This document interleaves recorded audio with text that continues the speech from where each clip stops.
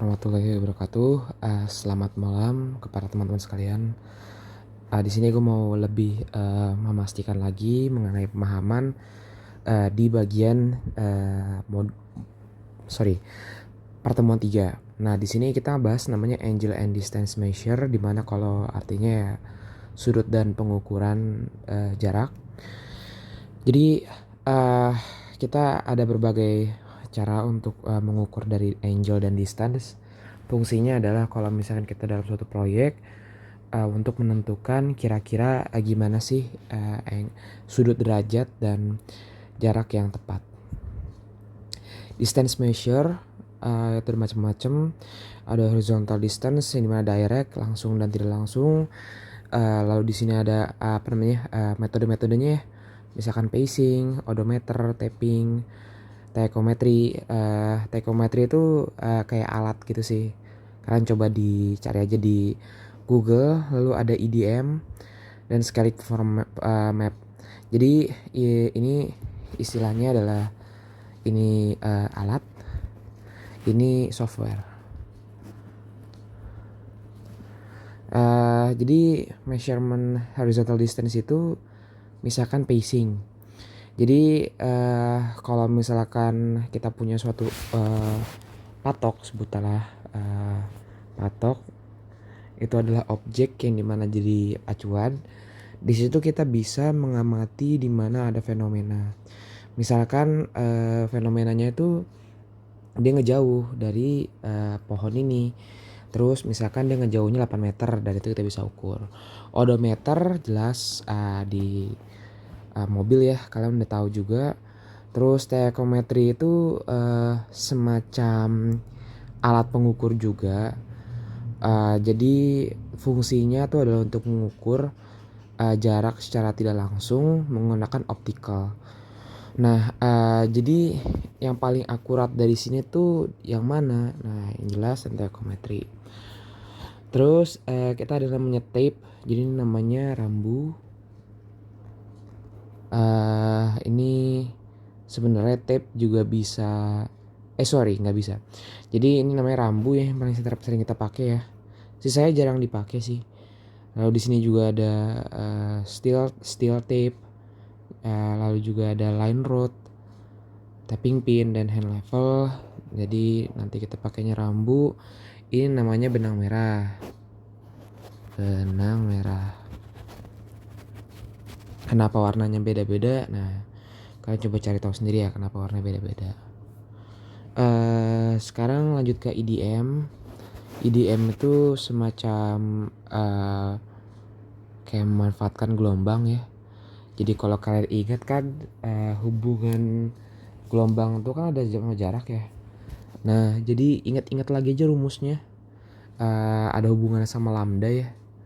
Seingat gua tuh sebentar. Panjang gelombang tuh, sebentar gue cari dulu panjang gelombang. Sebentar. Lambda sama dengan V per F. Jadi kalian cari dulu nih V-nya berapa, lalu dibagi dengan frekuensinya berapa. Nanti dapat deh lambdanya, panjang gelombangnya berapa, atau kita sebutnya wavelength. Nah, terus di sini juga ada horizontal measurement with tape. Terus segala macam. Jadi istilahnya tape ini adalah fungsinya misalnya gini. Misalkan ada dua orang nih, ada yang kita pengen ngukur suatu jarak vertikal, horizontal. Jadi kita pakai tape bebas itu, misalkan sebagai pacuan aja. Jadi misalnya di sini nanti ada kayu gitu atau apa. Nah, nanti jaraknya ini kita bisa ukur pakai penggaris ketinggiannya berapa. Nah, biasanya sih di pengukuran ini tuh dipegang oleh namanya surveyor. Nah, jadi surveyor ini tugasnya adalah mengukur dari segi koordinat, dari segi misalkan berapa angle dan distance-nya dan segala macam. Di sini misalkan ada boat surveyor plumbing. Dia surveyor plumbing, dia pengen bikin pipa. Nah, di sini ada head sama rear. Jadi head surveyor plumbing itu bukan kepala surveyor ya. Jadi maksudnya adalah head surveyor plumbing itu uh, nggak tahu ya ini apa maksudnya, bias banget artinya. Tapi dia pasang tape entah kayu, jadi di sini dia meninjau berapa sih ketinggiannya. Nah, terus kita ada standar taping, ini nggak penting juga, nanti kalian bisa baca. Nah, jadi systematic error tuh ada berapa faktor, yaitu incorrect length of tape, tape not horizontal, tape itu ini ya, meteran. Fluctuation in temperature of tape, incorrect tension, sag in tape, incorrect alignment, tape not straight. Jadi udah gue sampaikan juga sebelumnya, kalau di meteran itu ada istilahnya namanya landutan. Nah, incorrect length of tape itu adalah errornya. Nah, jadi misalnya kalian ngukur suatu meteran itu dari sini ke sini harusnya 24 itu eksaknya. Tapi kalian pakai banyak iterasi jadi 22, misalkan 25, terus tiba-tiba ada yang 30, terus balik lagi ada yang 24, ada yang 23 juga. Nah, tapi di antara ini tiba-tiba ada 24-nya berkali-kali. Nah, maka itu yang paling mendekati 24. Ini error. Nah, ini true length, nominal length. Nah, itu namanya absolute correction. Jadi misalkan true length-nya itu misalkan 24. Kalian dapat nominal length-nya misalkan berapa? Misalkan 22,1. Nanti dikurang dia dapat absolute correction-nya. Ingat ya, absolute correction. Absolute, jadi nggak ada yang minus. Nah, di sini ada tape not horizontal segala macam, H per S, di mana kalau ini memanfaatkan dari trigonometri. Nah, ini bisa kalian baca. Maksudnya masih mudah lah, kalian bisa cerna sendiri. Dan di sini juga ada contoh soalnya. Kalian baca sendiri aja. Nah, di sini ada change in temperature. Jadi ingat ya, kalau misalkan di baja itu kan ketika baja suhu naik, dia akan mengalami namanya pemuaian. Nah, jadi ketika dia mengalami pemuaian, dia akan mengalami lebih panjang tuh. Nah, jadi misalkan suhunya tuh lebih naik gitu, lebih besar gitu. Misalkan suhunya tuh berapa derajat, misalkan awalnya normalnya itu kan kita sekitar berapa ya, 26 ya, suhu tuh 26 ya, 26. Iya, pokoknya asumsikan misalkan suhu tubuh gitu kan 26 normalnya. Bentar gue ragu. Suhu tubuh normal. Sorry, 36. Nah, 36. Nah, 36 itu misalkan suhu lingkungan juga. Jadi tubuh kan menyesuaikan ya, tiba-tiba dia naik jadi 40. Emang 4 derajat, tapi dia mengalami pemuaian. Dimana di sini ada correction due to temperature, nanti disesuaikan lagi. Nah, di sini juga ada tension. Ingat ya, tension itu apa? Tension itu adalah apa ya namanya, tekanan. Jadi kalau misalkan pull ada gaya tarik. Jadi gimana ya sebutannya ya? Misalnya ini gue punya meteran, gue tarik nih sampai dia mentok tapi masih gue tarik. Nah, jadi dia bakal ada tension atau elongasi atau deformate. Jadi istilah sebenarnya ini nggak signifikan ya, tapi ya ini biasanya tetap harus kita hitung sih. Jadi correction per tape length segala macam dan melibatkan modulus elastisitas. Dan ini landutan, ini udah gue bilang sebelumnya juga. Jadi correction per sag, for sag, nanti tension is apply.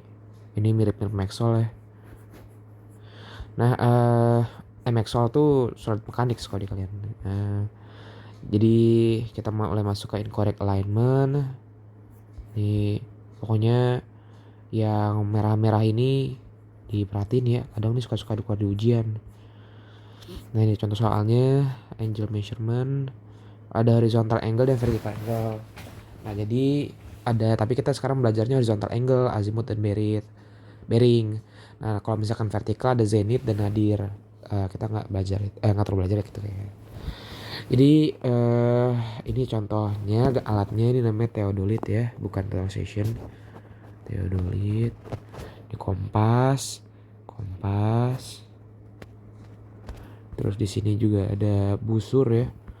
Ya ini namanya linometer. Cuman fungsinya kurang lebih sama hampir kayak busur. Terus di sini juga ada semacam apa ya? Sextant. Ini apalah, gue hydrographic survey. Ini gue nggak dipakai juga sih. Ini biasanya orang-orang surveyor yang biasanya pakai. Nah, jadi ada sudut dalam dan sudut luar. Nah, jadi biasanya kita sebutnya itu kalau sudut dalam itu adalah interior angle, dan sudut luar ada exterior angle. Nanti ada backside, foreside. Backside itu dimana titik mulainya, dimana teman-teman mulai gitu. Backside dan foreside itu dimana teman-teman mau arah gitu. Nah, backside di sini juga ada yang arahnya perputaran dari kanan ke kiri atau kiri ke kanan. Nah, nanti tergantung teman-teman mau arah kemana. Terus kita mulai masuk nih ke azimuth. Jadi azimuth itu apa? Jadi kalau misalkan didefinisikan itu istilahnya ini dari sudut north ke meridian. Jadi namanya meridian. Jadi misalkan kayak gini, N, W, S, W, meridiannya di sini. Nanti ini sudut azimuthnya. Lah lalu bearing di mana? Nah bearing itu ingat ya, yang di sebelah sini. Jadi itu ada 4 kuadran. 1, 2, 3, 4. Kalau dia definisinya gini. 1, 2, 3, 4. Gue baru inget ya. Sudut ya. Bukan. Iya sudut. Menarik ya. Dia mulainya dari sini. 360-nya. Karena dia dimulai dari north. Berarti di sini 0, di sini 90 derajat. Gue baru ingat juga ya. Ini nyesuaiin sama total station. Jadi ini 180, 270 sampai ke 360. Oke, lanjut relationship between azimuth and bearing yang udah gue jelasin juga. Misalkan gue contohin satu aja. Gue lagi bukan malas ya, tapi udah gue jelasin juga sebelumnya, jadi gue jelasin satu aja. Nah, ya misalkan 0 sampai 8, 270 ditambah 79,15. Nah, ingat kalau kita lihat dari sini 270 kan sebelah sini. Nah, plus 79,15. Nah, berarti 270 berarti kan itu di kuadran ini ya, NW. Nah, misalnya ya udah 270 berarti itu kan sisa 90. Ini kalau misalkan gue apply ke sini kan sisa 90, kan 90 dikurang 79 derajat 15 berapa? Nah ingat ini kan 1 menitnya itu kan 60 detik. Nah berarti kalau kayak gini berarti menjadi 45 kan. Nah karena tadi udah turun 1, karena dia berkurang untuk menjadi derajat ke menit, maka turun jadi 89 kurang 79 ini berarti 10 derajat. Isi tambahin N, isi tambahin W. Terus reverse azimuth and bearing. Nah, jadi kita tadi udah ngitung azimuth and bearing, sekarang reverse-nya atau kebalikannya. Dimana kalau misalkan tadi kita belajar azimuthnya itu dari north ke meridian. Kita sebutnya juga tadi itu apa ya, north ke meridian ya, gue lupa sih ya. Nah ini azimuth. Jadi bedanya kalau di yang ini apa namanya ya, garis meridiannya dia itu jadikan di dalam ya. Sebenarnya nggak signifikan juga sih kalau gue bilang dalam ya.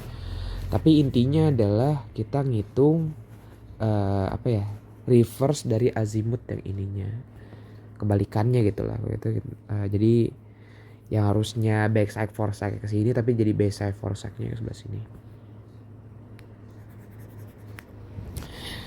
Oke, jadi biasalah ya, apa namanya, ada FS, BS. Jadi nanti misalkan di sini berapa, nanti ini kita ngitung. STA itu adalah titik. Jadi misalkan kalian lihat ini STA, misalkan STA itu terus disebutnya station.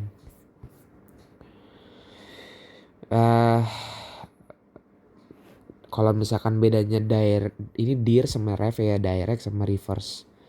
Jadi kebalikannya. Jadi misalkan ini 0 berarti ya 0 segini, berarti reverse-nya segini. 38 berarti ya tinggal gimana yo.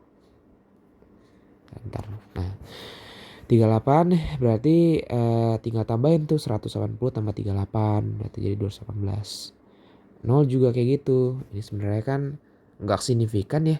Adjustment plate reading dia ada errornya.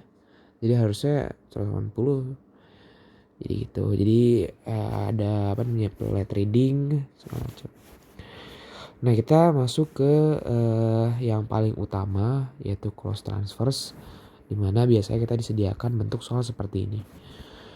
Nah, kita juga ada open transverse, dimana ini pengembangan dari cross transverse. Jadi intinya ada dua, cross transverse dan open transverse. Dimana kalau misalkan teman-teman ngukur kan itu ini misalkan untuk bangunan ya yang atasnya. Tapi yang bawah ini teman-teman misalkan pengen bikin sungai. Dimana kan teman-teman harus bisa ngukur koordinat. Ya misalkan kita mulai aja ya dari yang sebelah sini. I would not recommend this method karena gue biasa pakai ini. Kenapa? Karena ini lihat aja nih, dari awal aja udah lumayan ribet. Yang mana ini given dia, pokoknya gue lebih suka clockwise sih. Yang ini ya, jadi misalkan 330, nih teman-teman bikin dulu meridiannya. Nih garis meridiannya, terus bikin N. Sebenarnya gue sejujurnya juga masih bingung ya sama PPT ini ya. Dia bilang meridiannya tuh gak signifikan yang mana. Dia bilang meridian yang ini, terus tiba-tiba ya sebelah sini meridiannya tuh yang mana ya? Ini meridian. From north end of a meridian. Atau emang iya ya, atau mungkin gue salah ya. Pokoknya itulah. Ya kita sebut aja lah meridian tuh yang tengah ya. Ya kita ikutin aja. Kita pokoknya dari meridian sampai poligon tertutupnya. Nah, jadi kita mulai nih 330 kan. Itu udah standar azimutnya dikurangi 87,5 derajat. Nah, ini start given nanti dapat segini. Sama yang ini juga kita udah dapat nih sudut luarnya atau azimutnya. Nah, terus kita bisa tinggal kurangin 180, dimana kalau gue kurangin kan gue dapat nih nanti sudut sebelah sininya gimana kan, ini misalkan dapat. Nah, setelah itu gue pengen nyari dimana gue butuh sudutnya itu dari sini ke sini. Kenapa ya, intinya tarik aja dari ujung situ. Jadi misalkan nanti ini tarik sini. Bentar. Dari sini ke sini berarti. Nah, terus dari sini ke sini. Dan tidak dari apa namanya ya? Sorry, bukan. Dari ini ke sini. Jadi intinya dari ini sampai titik awalnya deh. Jadi ini titik awal. Ini awal. Itu kan. Ini awal. Sorry. Ini.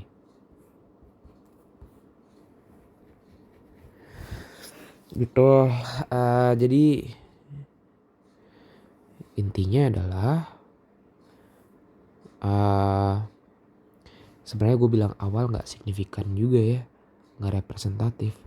Intinya adalah gue pengen tahu sudut luarnya tuh berapa gitu loh, karena kita ngitung reverse gitu. Jadi Eh, gue mulai dari sini tadi ya. Nah, sudut luarnya tuh 242. Nah, gue potong, entah gue dapet yang ini. Nah, gue pengen dia itu merepresentasikan sudut luarnya.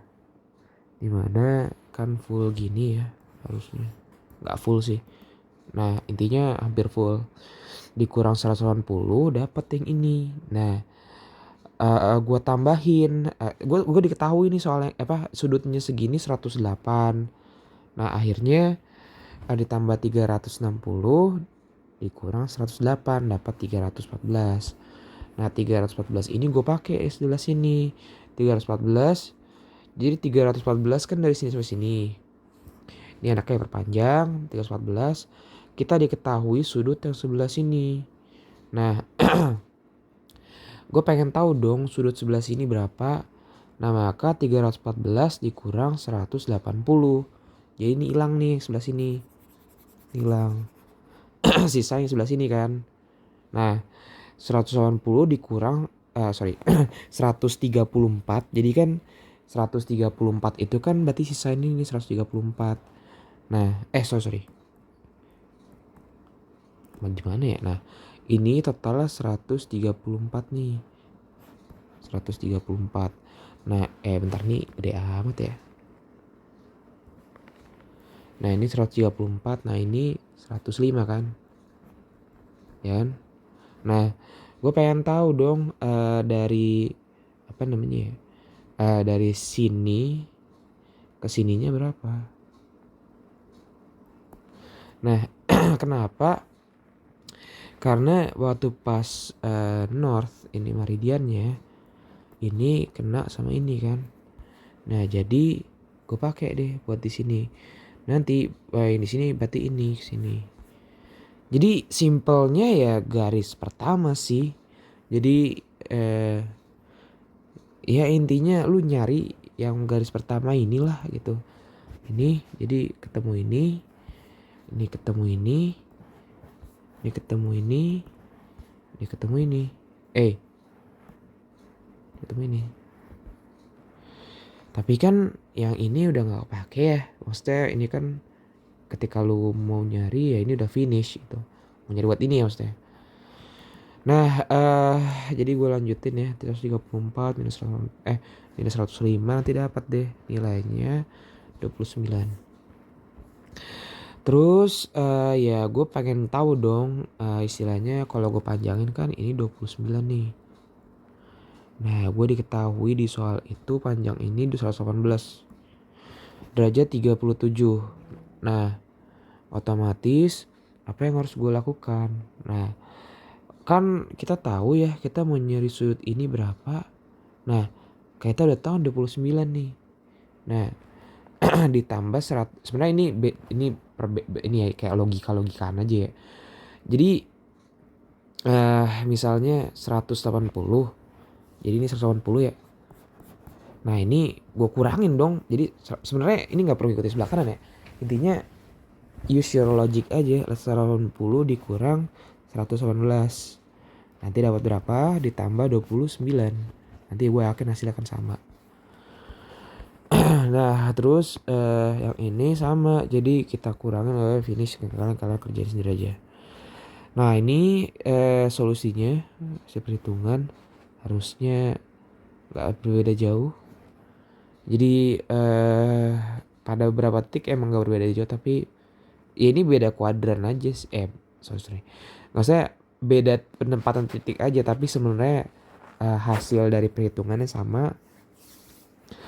Ya nanti kalian bisa pakai untuk cross check. Nah vertical angle.